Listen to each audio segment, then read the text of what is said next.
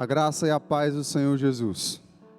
Saudamos também nossos irmãos, amigos que assistem ao culto pela transmissão através do canal da igreja.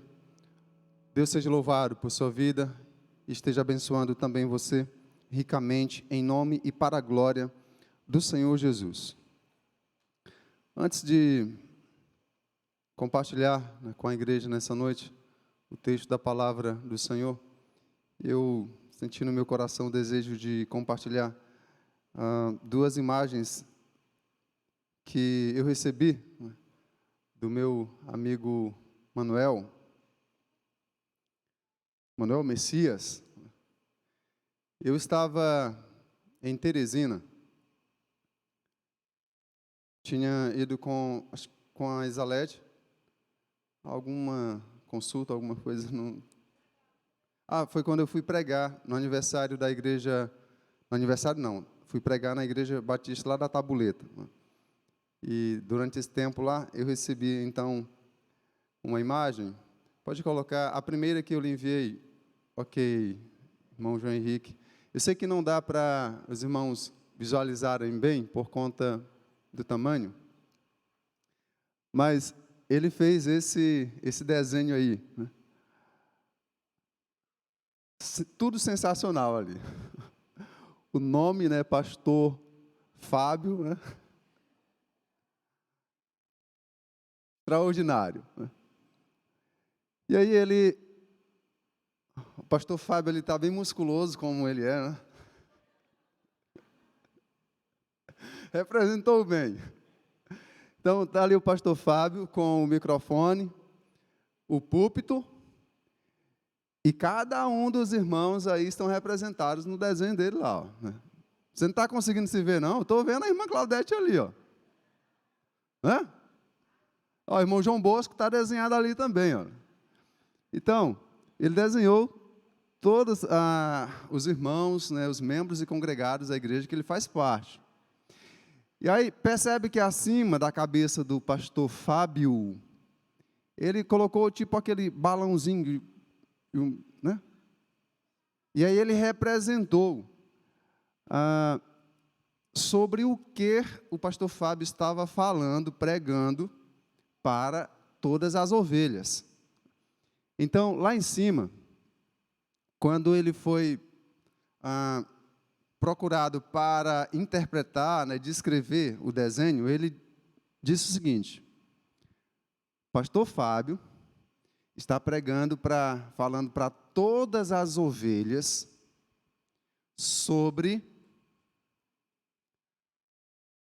o nascimento de Jesus Cristo, porque lá está o Pai, a mãe e Jesus que está lá na manjedourazinha, e tem os animaizinhos também lá, as ovelhinhas, né? Então, o pastor Fábio está pregando para toda a igreja sobre o nascimento de Jesus Cristo, e Jesus está ali com sua família e os animaizinhos, né? E aí hoje ele veio aqui e nos entregou uma outra imagem, entregou para mim ou para o Luiz Henrique, né? Então, a que ele me entregou hoje foi essa aí, né? Aí eu vou ter que sentar com ele para ele me explicar, né, os detalhes do desenho dele, né? Mas ele colocou a data lá, 5/11/2023, aí colocou proteção, aí tem bem, né, amor, e com certeza o pastor Fábio deve estar ali, né? É um daqueles dois ali. Mas eu vou conversar com ele. Obrigado, Manuel Messias, que Deus continue abençoando você e todas as nossas crianças que têm aprendido a palavra do Senhor nosso Deus, né? Aleluia. Nós vamos orar mais uma vez. Por favor, coloque-se em pé em nome do Senhor para orarmos. E depois da oração, nossos amigos de missões vão poder estar se organizando em classe.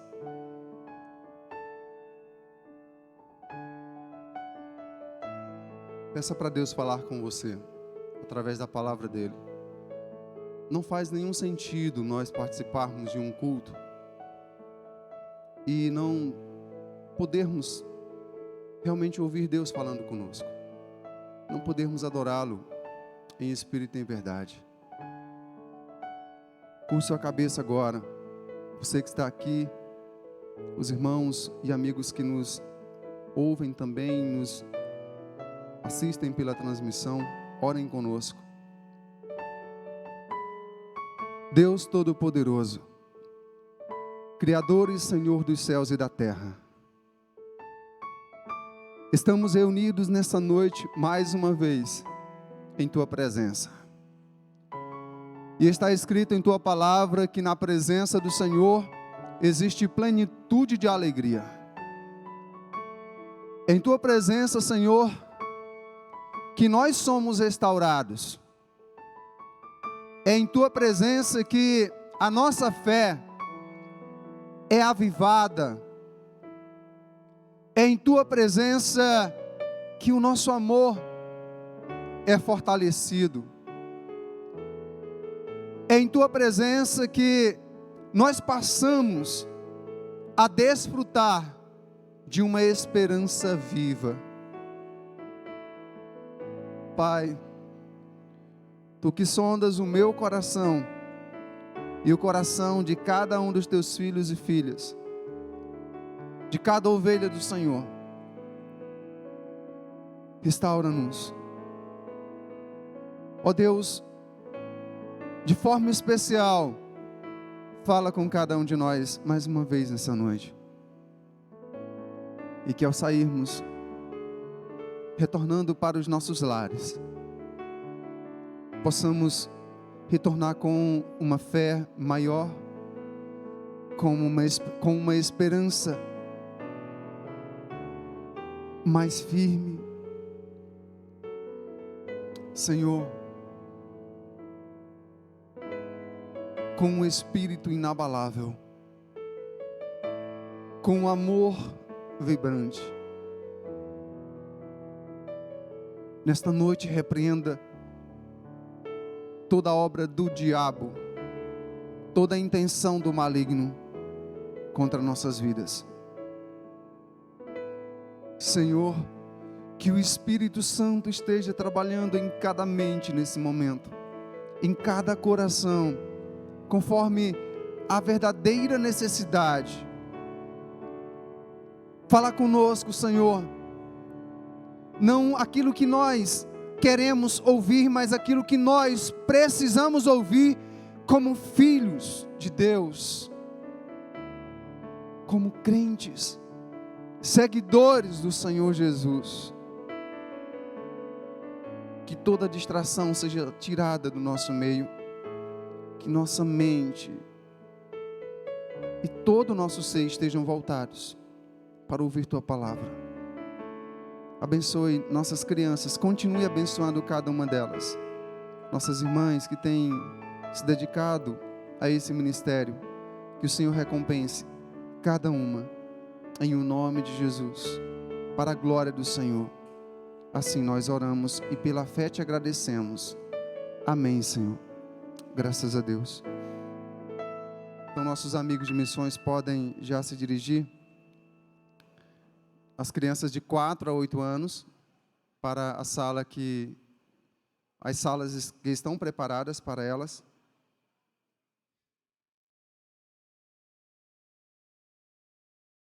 Eu convido os irmãos para abrirmos a palavra do Senhor no Evangelho de Mateus, capítulo 24. Evangelho de Mateus, capítulo 24.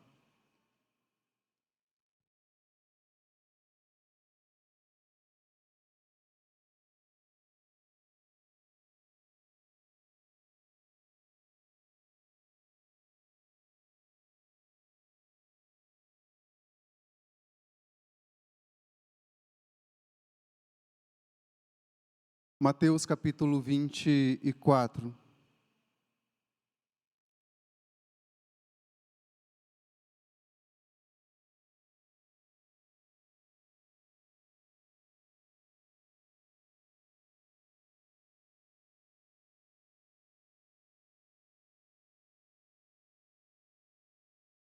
Quem encontrou, diga amém. Glória a Deus, louvado seja o nome do Senhor Jesus. Constantemente eu tenho feito esta pergunta à igreja: qual a nossa maior esperança como igreja do Senhor Jesus? Qual a maior esperança de todas as igrejas que realmente pertencem ao Senhor Jesus nesse mundo? Qual a maior esperança do povo de Deus que foi resgatado das trevas e transportado para o reino de luz, o reino do seu Filho amado? Qual a maior esperança do povo que foi comprado e redimido pelo sangue do Cordeiro de Deus que tira o pecado do mundo? Qual a maior esperança? Qual é? Qual a nossa maior esperança, irmãos? A nossa maior esperança é a volta do Senhor Jesus Cristo. Essa é a nossa maior esperança. Se você desconhecia ou se desconhece, então procure se ater, procure conhecer. E permita que esta esperança seja enraizada em seu coração. Esta é a nossa maior esperança. A volta do Senhor Jesus Cristo. Porém, o dia e o horário são completamente desconhecidos.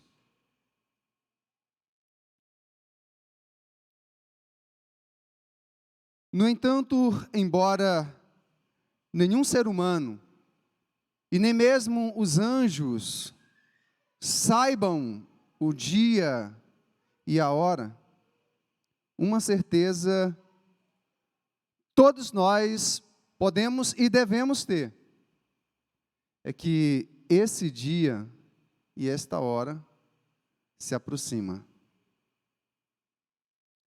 Embora nenhum dos anjos de toda a horte celestial, embora nenhum ser humano, nem mesmo aqueles mais entendidos, mais sábios, mais inteligentes, mais poderosos, nenhum deles conhece, nenhum deles sabem, nenhum de nós sabemos o dia nem a hora, mas todos nós precisamos saber que esse dia e essa hora se aproxima. Eu quero que você deixe aberta a sua Bíblia em Mateus, nesse texto que nós indicamos, Mateus 24, porque eu quero citar para nossa introdução a profecia de Ezequiel. Nossos irmãos vão projetar e vocês poderão acompanhar conosco. Por enquanto, deixem a Bíblia aberta em Mateus capítulo 24. Ezequiel capítulo 7, versículo 2, a parte B, diz assim: haverá fim. O fim vem sobre os quatro cantos da terra. Versículo 6, haverá fim. Vem o fim, despertou-se contra ti. Haverá fim. Haverá fim. O fim virá. Esse dia e essa hora se aproxima. Em Atos dos Apóstolos, os anjos aparecem logo após a ascensão de Jesus ao céu. Depois de ressurreto, depois de cumprir toda a sua missão e realizar toda a vontade de Deus aqui na terra, de forma gloriosa, o Senhor é elevado aos céus. E o grupo de discípulos ficam admirados e ficam a observar o Senhor sendo elevado aos céus. E em Atos capítulo 1, versos 10 e 11, está escrito: e estando eles com os olhos fitos no céu, enquanto Jesus subia, eis que 2 varões vestidos de branco se puseram ao lado deles. E lhes disseram: varões galileus, por que estáis olhando para as alturas? Esse Jesus, que dentre vós foi assunto, foi elevado ao céu, olha o verbo, virá do modo como o viste subir. Do modo como o viste subir. E lá no versículo 30 do capítulo 24 de Mateus, nós lemos: então aparecerá o sinal do Filho do Homem. Todos os povos da terra se lamentarão e verão o Filho do Homem vindo sobre as nuvens do céu, com poder e muita glória.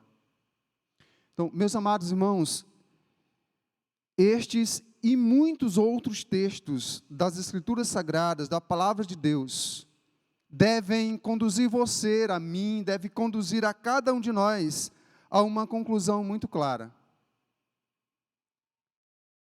O Senhor Jesus voltará do mesmo modo como fora visto subir aos céus. Do mesmo modo como ele foi visto subindo aos céus, ele voltará e será visto novamente, para a glória de Deus Pai.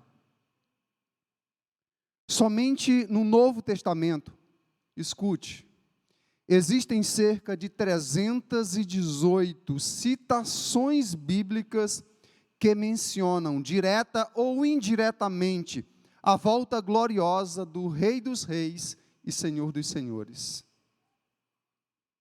Somente no Novo Testamento.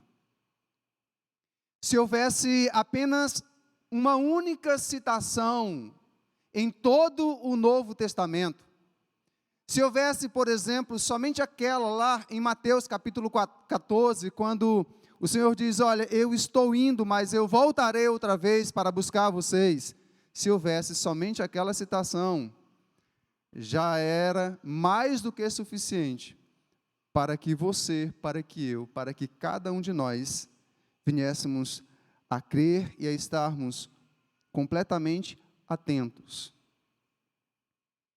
para não sermos pegos, despreparados, quando Ele aqui voltar para buscar o seu povo.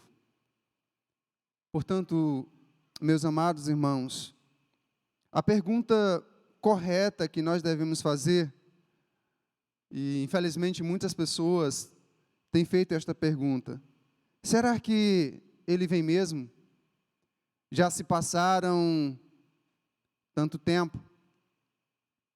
Inclusive, na época dos apóstolos, as pessoas já zombavam a respeito da vinda do Senhor. E diziam: olha, já se passou tanto tempo, e Ele ainda não veio. A pergunta não é: será que Ele vem? Será que Ele vem mesmo? Também não é correto querermos saber quando realmente Ele virá. A nossa preocupação deve ser esta aqui: como Ele me encontrará quando aqui voltar? A pergunta correta deve ser esta: como Ele me encontrará quando aqui voltar? Vamos observar como algumas pessoas foram encontradas quando simbolicamente o juízo de Deus através de Jesus foi manifestado sobre a primeira humanidade. Voltemos nossos olhos para Mateus capítulo 24, dos versos 36 ao 44. Diz assim a palavra do Senhor: quanto ao dia... Vamos ler todos juntos para ficar mais bonito, bem mais forte, em nome do Senhor Jesus. Pode projetar para nós? Pode colocar? Então vamos lá? 1, 2, 3, já. Mas a respeito daquele dia e hora, ninguém sabe, nem os anjos dos céus, nem o Filho, senão o Pai. Pois assim como nos dias de Noé, também será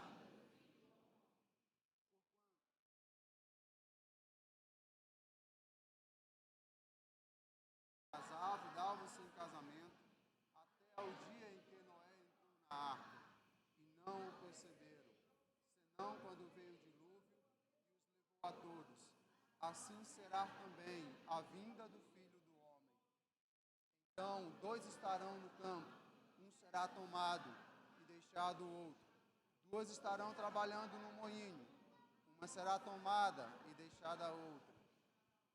Portanto, vigiai, porque não sabeis em que dia vem o vosso Senhor. Mas considerai isto: se o pai de família soubesse a que hora viria o ladrão, vigiaria, e não deixaria que fosse arrombada a sua casa. Ficai também vós apercebidos, porque a hora em que não cuidais, o Filho do Homem virá.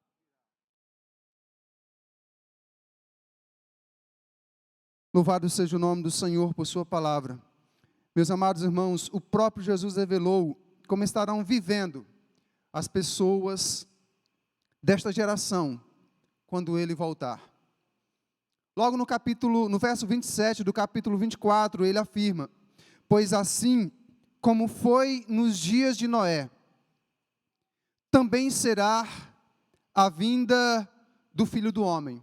Eu quero fazer aqui 3 destaques de como aquela geração, que deve servir de alerta para cada um de nós, que deve servir de alerta para essa geração atual. Então, eu quero fazer o destaque aqui de três características de como aquela geração estava vivendo, de como aquela geração viveu, e ela foi pega completamente despreparada e desqualificada para entrar na arca, reafirmo, que simbolizava Jesus Cristo.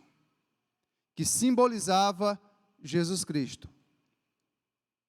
Assim como não houve a vida, não houve salvação para nenhum ser humano, nenhuma vida de nenhum ser humano que ficou fora daquela arca foi salva, assim também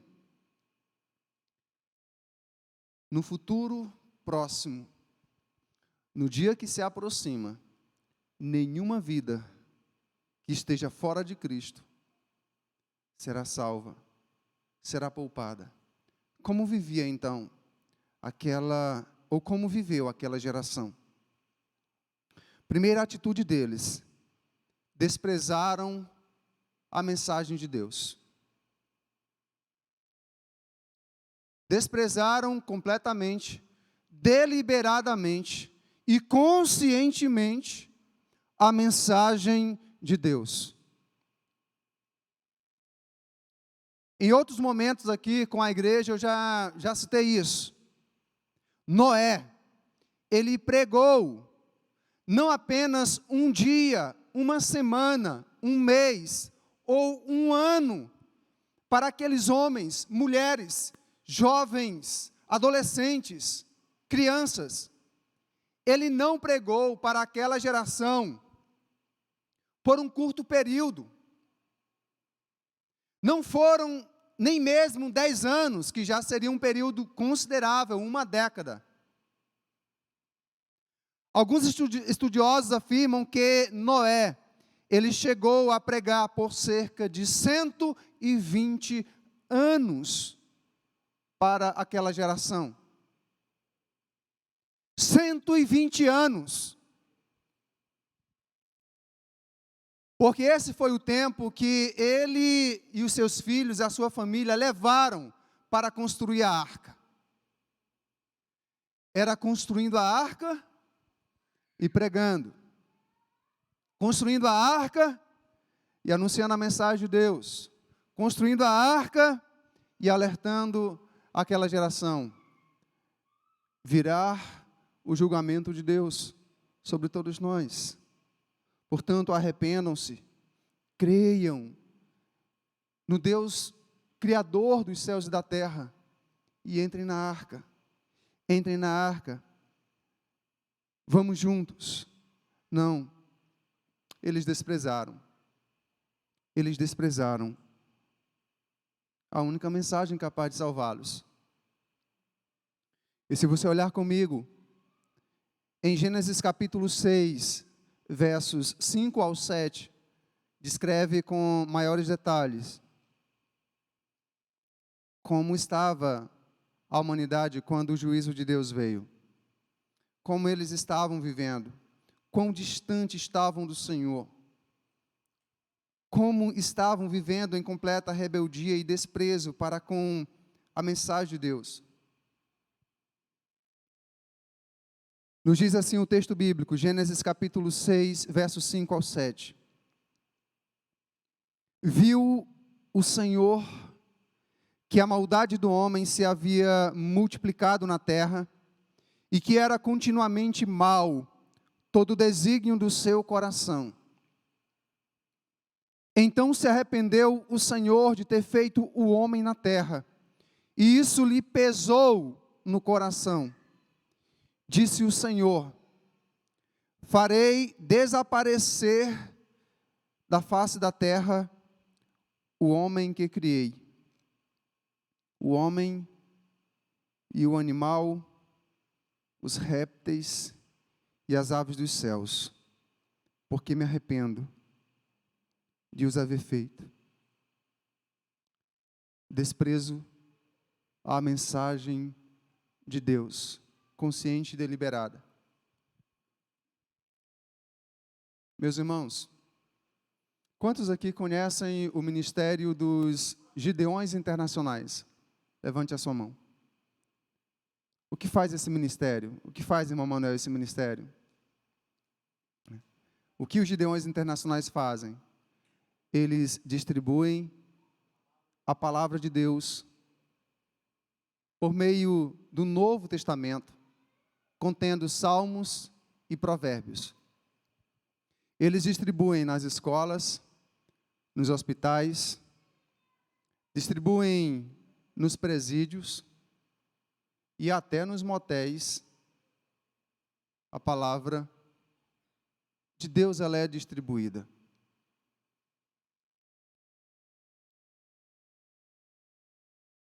Em muitas escolas, existem alguns alunos que recebem e eles procuram realmente fazer uso daquele Novo Testamento, porque é a palavra de Deus. Mas existem muitos alunos que fazem, sabe o quê? O irmão Manuel, nós temos aqui alguns Gideões, né? O irmão Manuel é um deles, né? Temos o irmão Marcos também, outros irmãos são Gideões. Muitas vezes, quando esses Novos Testamentos são distribuídos nas escolas, os Gideões retornam no final do expediente.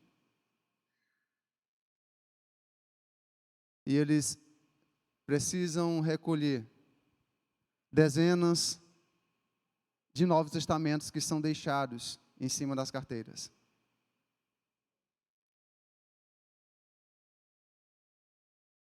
Alguns alunos saem com eles e jogam fora na rua, jogam no lixo.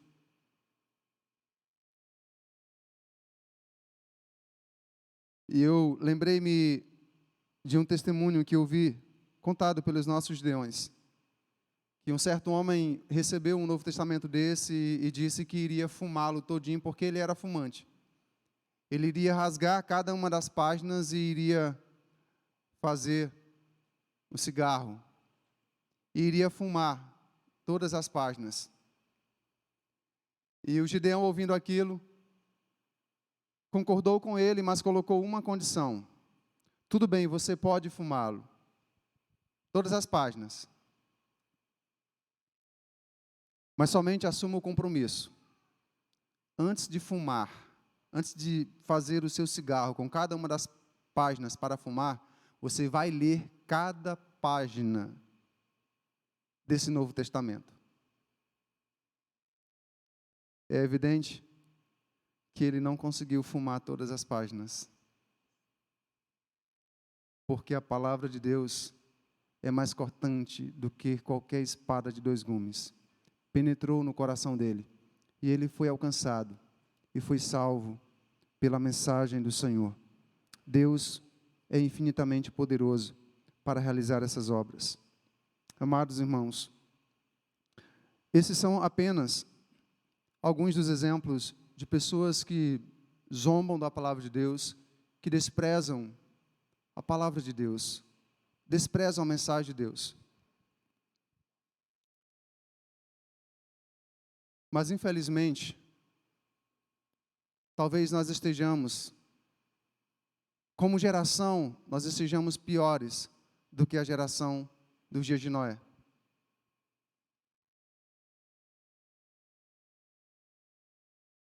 Porque naquele tempo, o Cristo vivo, o Filho unigênito, não havia sido crucificado ainda.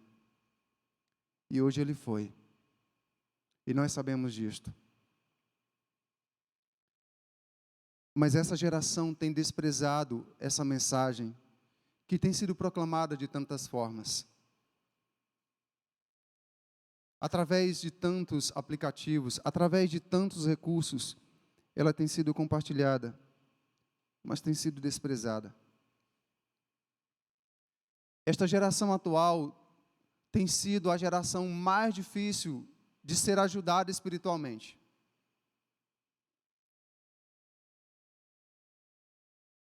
Um certo jovem que estava sendo tentado em uma determinada área de sua vida, um jovem crente, ou pelo menos que professa a fé, procurou o seu pastor e disse: pastor, eu estou sendo tentado, eu estou em uma situação bem complicada, eu estou prestes a cair e a me desviar. O seu pastor o ouviu. Ele disse que estava se sentindo muito fraco na fé. E por isso a tentação estava minando o seu coração e ele estava prestes a cair. O seu pastor, então, o recomendou a buscar força, a se fortalecer espiritualmente na palavra de Deus. E o fez lembrar, por exemplo, de Salmo 119, versículo 9. Pode projetar para nós? Salmo 119, versículo 9. De que maneira poderá o jovem guardar puro o seu caminho? Fazendo o quê? Versículo 11. Guarda no coração.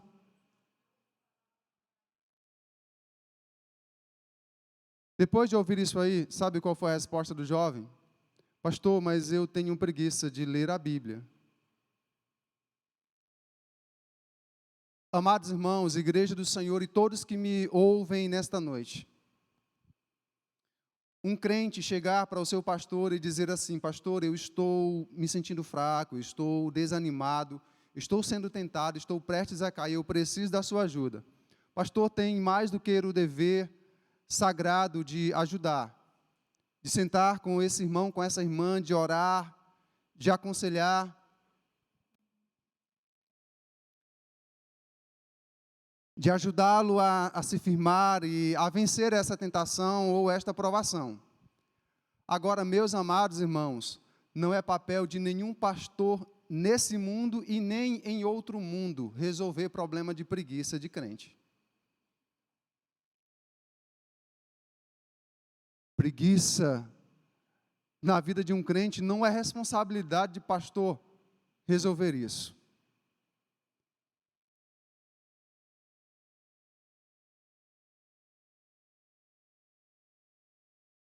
O que é que você faz se o seu funcionário chega para você e diz assim: olha, patrão, o emprego é maravilhoso, né? Eu gosto demais desse emprego, mas eu estou com preguiça.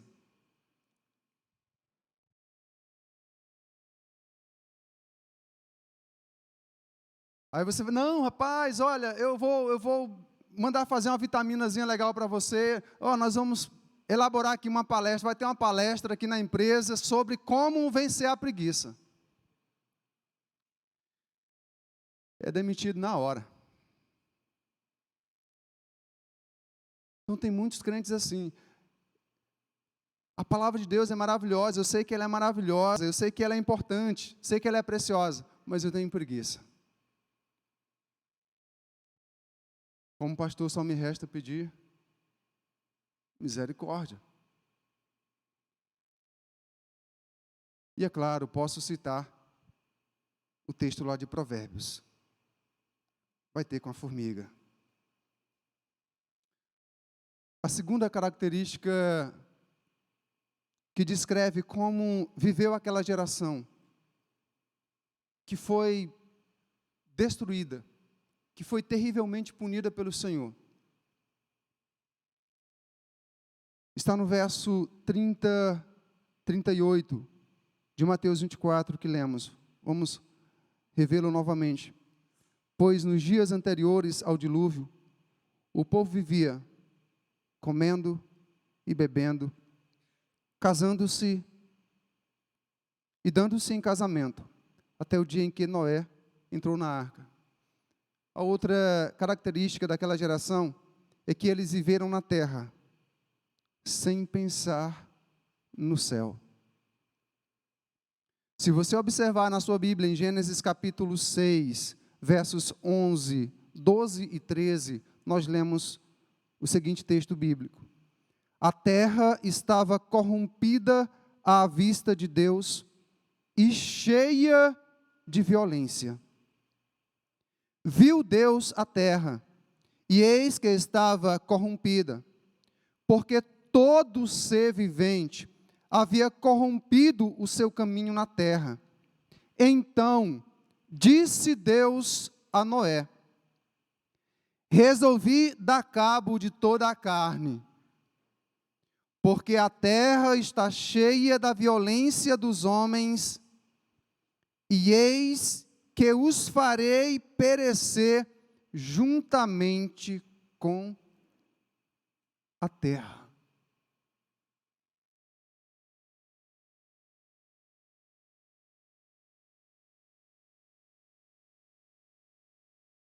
Viveram na terra sem pensar no céu, como nos dias de Noé.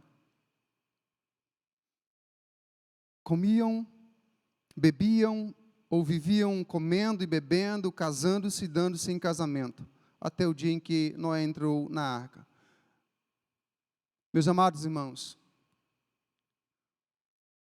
o que realmente ocupa o dia, ou o dia a dia, dessa geração atual? Vamos pensar aí num período de 24 horas. O que realmente os jovens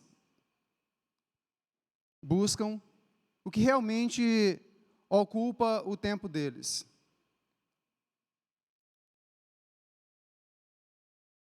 Aí nós podemos dizer, eles estudam, passam uma boa parte do dia estudando. De 7 horas da manhã até 12, 1 hora. E a outra parte? Alguns ainda, pelo senso de responsabilidade, realizam algumas tarefas, trabalhos da escola, da faculdade. Mas outros se ocupam com coisas fúteis.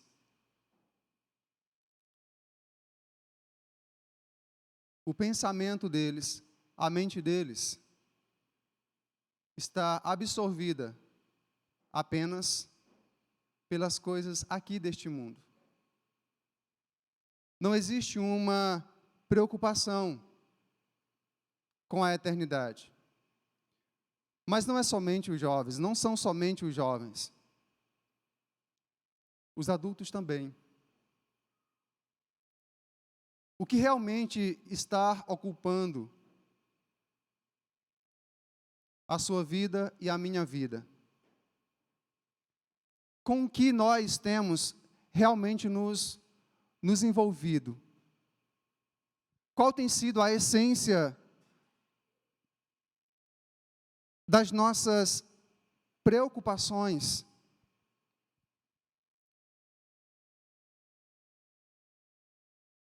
Todos os dias nós temos nos ocupados com inúmeras coisas. Trabalho, atividades diversas, esporte, lazer, hobbies.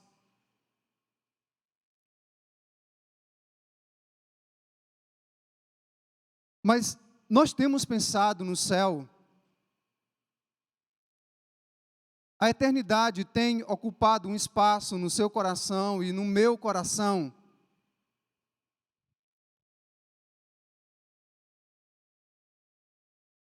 Tudo o que nós temos construído tem sido com base apenas nesse horizonte aqui.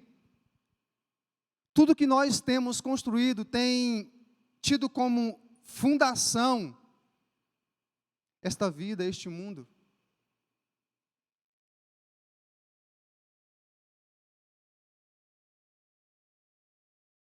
Se nós formos honestos, claramente nós vamos perceber que esta geração não está sendo diferente da geração que foi punida e que foi completamente destruída por Deus, quando Ele trouxe o seu juízo através do dilúvio. São horas e horas usando nossos smartphones, e não para edificação, mas para destruição. São horas e horas assistindo filmes e séries e mais séries. São horas e horas nos dedicando a coisas que não edificam nossas vidas, que não ajudam no nosso relacionamento com Deus, que não nos preparam para o céu, para a eternidade.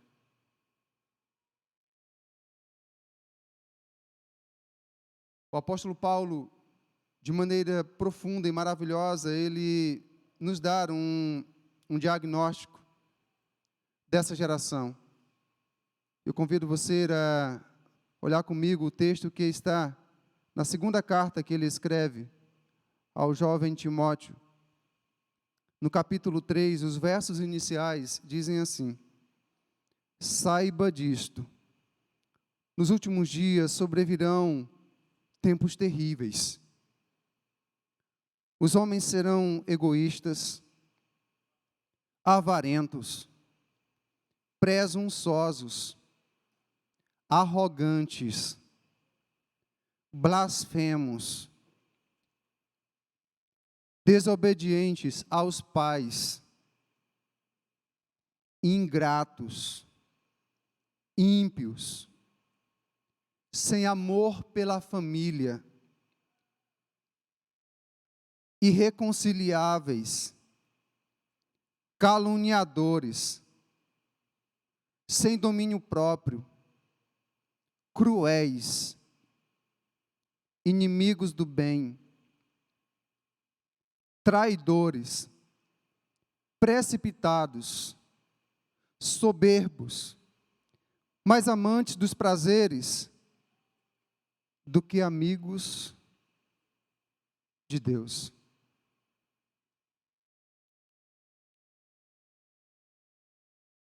Isso descreve o coração e a vida de quem aqui vive sem pensar no céu, sem pensar na eternidade. Mas aquela geração, além de ter desprezado a mensagem de Deus e de terem vivido na terra sem pensar no céu, eles também ignoraram o único meio de salvação providencial de Deus. Eles também ignoraram o único meio de salvação providencial de Deus.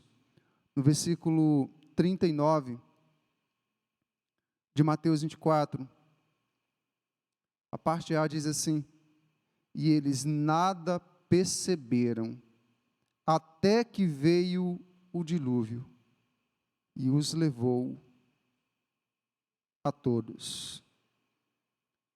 O verso 38 vai nos dizer: até ao dia em que Noé entrou na arca, e não o perceberam, senão quando veio o dilúvio e os levou a todos. Assim será também a vinda do Filho do Homem. Observe esta afirmação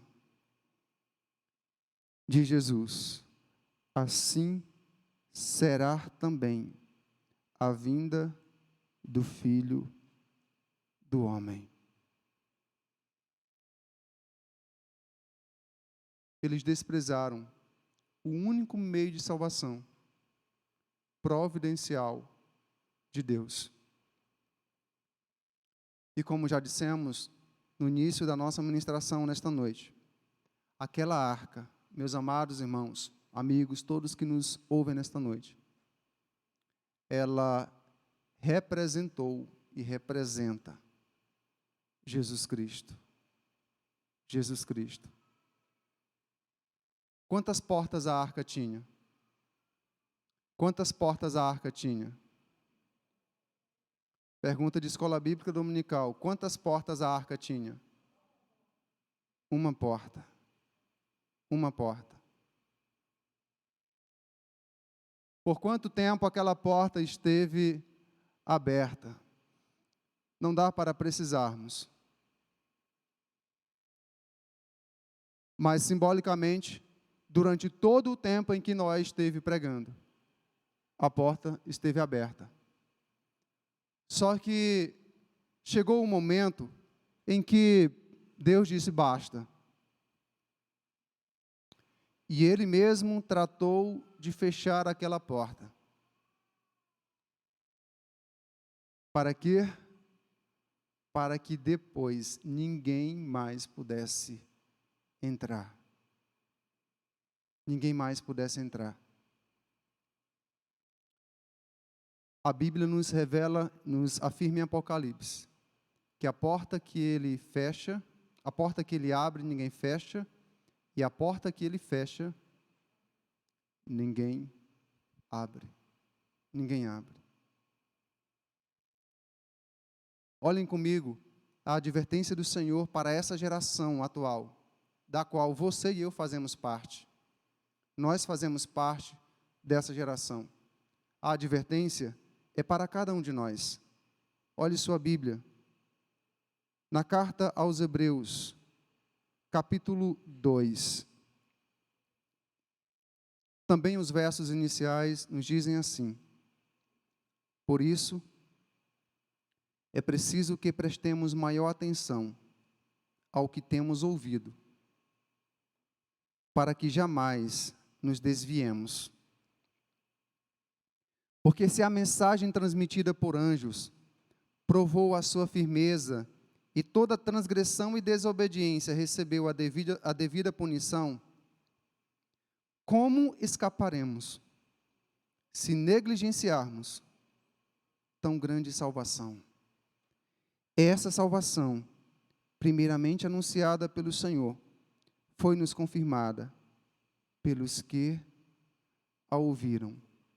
Como escaparemos se negligenciarmos tão grande salvação?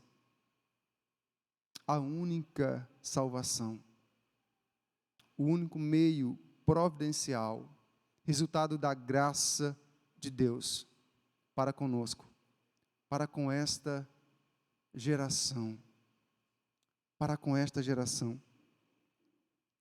Olhe comigo mais uma advertência ainda da palavra do Senhor. Carta de Paulo aos Romanos. Carta do apóstolo Paulo aos Romanos, capítulo 13.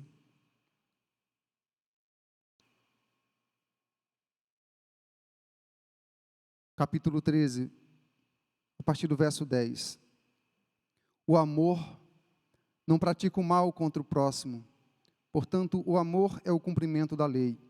Façam isso, compreendendo o tempo em que vivemos. Chegou a hora de vocês despertarem do sono, porque agora a nossa salvação está mais próxima do que quando cremos. Porque agora a nossa salvação está mais próxima do que quando cremos. A noite está quase acabando. O dia logo vem. Portanto, deixemos de lado as obras das trevas e revistamo-nos da armadura da luz. Eu convido você a se colocar em pé nesse momento.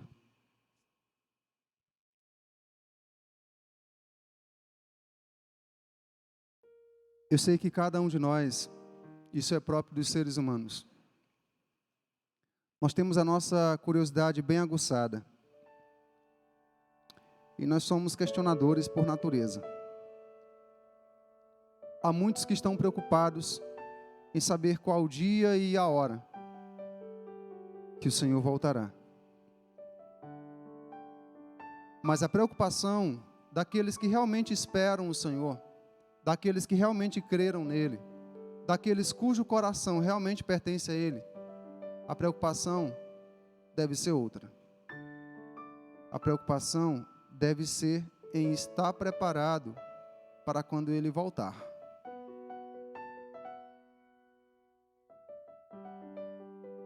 O verso 44 de Mateus 24 diz: assim também vocês precisam estar preparados, porque o Filho do Homem virá numa hora em que vocês menos esperam.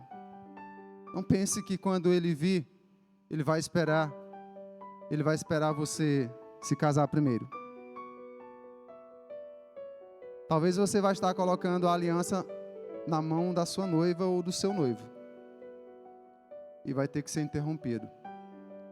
Não pense que ele vai esperar você terminar de plantar a sua roça, de mobiliar a sua casa, de montar a sua empresa ou ampliar o seu negócio. Não. Isso será completamente insignificante quando ele voltar. A única preocupação do Senhor será encontrar você preparado. E eu preciso lhe direcionar essa pergunta de maneira bem específica. Você está preparado? O Filho do Homem virá numa hora em que vocês menos esperam, em que nós menos esperamos. Você está preparado? Pastor, eu não estou, não. Agora que eu tenho 30 anos que sou crente. E quando você vai estar preparado?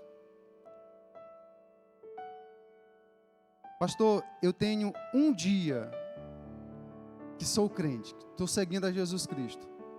Se Ele voltar agora, bem, se você tomou com toda sinceridade a sua decisão,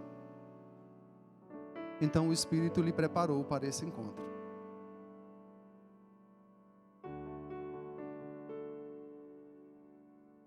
Meus amados irmãos, sejamos crentes mais zelosos e vigilantes em toda a nossa vida cristã. O versículo 42 diz assim: portanto vigiem, porque vocês não sabem em que dia virá o seu Senhor. E lá no verso 13 de Mateus 25, o Senhor ainda nos diz: portanto vigiem, porque vocês não sabem o dia nem a hora. Se Deus tivesse revelado o dia e a hora para você e para mim, sabe o que aconteceria? Sabe o que aconteceria com os crentes se o Senhor tivesse dito o dia e a hora que Jesus voltaria? Eles estariam mais relaxados ainda.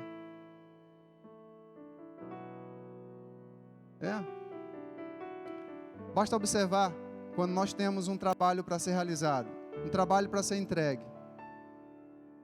Poucos agem diferente. Esse trabalho aqui é para o final de novembro.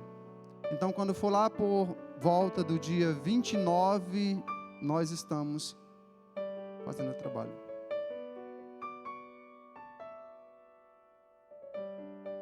Graças a Deus não sabemos. Assim, somos despertados de uma forma melhor à vigilância, à sobriedade, ao zelo espiritual, a nos dedicarmos à palavra de Deus, a nos dedicarmos à oração. E lembre-se, se você tem preguiça de orar, se você tem preguiça de ler a palavra, então infelizmente eu não posso lhe ajudar. De todo o meu coração lhe digo, eu não tenho como lhe ajudar. Agora, se você está desanimado, se sente fraco, realmente falta ânimo para orar, falta ânimo para ler a palavra, aí nós podemos conversar. Agora, você me dizer que tem preguiça, aí eu não tenho como ajudar. Talvez o gênio da lâmpada. Vamos orar. Amado Senhor,